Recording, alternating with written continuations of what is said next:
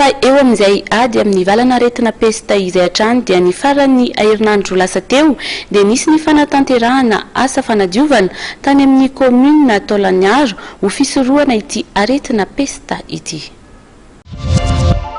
Nisy ny fanadiovana faobe ny tanterahana tao amin'ny commune Tolagnaro ny farany herinandro lasa teo. Ankoatry ny fanadiovana ny tsena dia nisy ihany koa ny fanadiovana ny fokontany samihafa.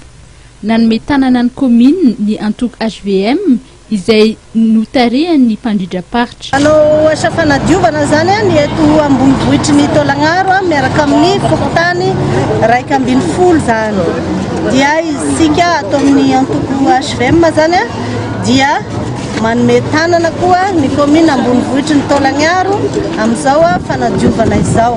Misaotra ny filoham-pirenena mivady zay nanome fanomezana vola 2 tapitrisa ariary zay nateriny ministra Kotra, ministra Nordine Sabania, ministra ny varitra sy ny fanjifana aty aminay fa vita soamatsara zany ny asa fanadiovana androany amin'ny fiatrianany pesta. Saonan'Andriamanitra fa mbola tsisy pesta aty Tolagnaro kanefa aleo misoroka toy izay mitsabo fa dia ny tanànan'ny Faradofay moa zany dia fantatra amin'ny fahadiovana izay ka dia nirina zany vahoaka salama no hita eto Tolagnaro. Tsy mbola nisy akory ny trangana pesta hita tao Tolagnaro fa fitandrona ny fahadiovana ho fisorohana no natao.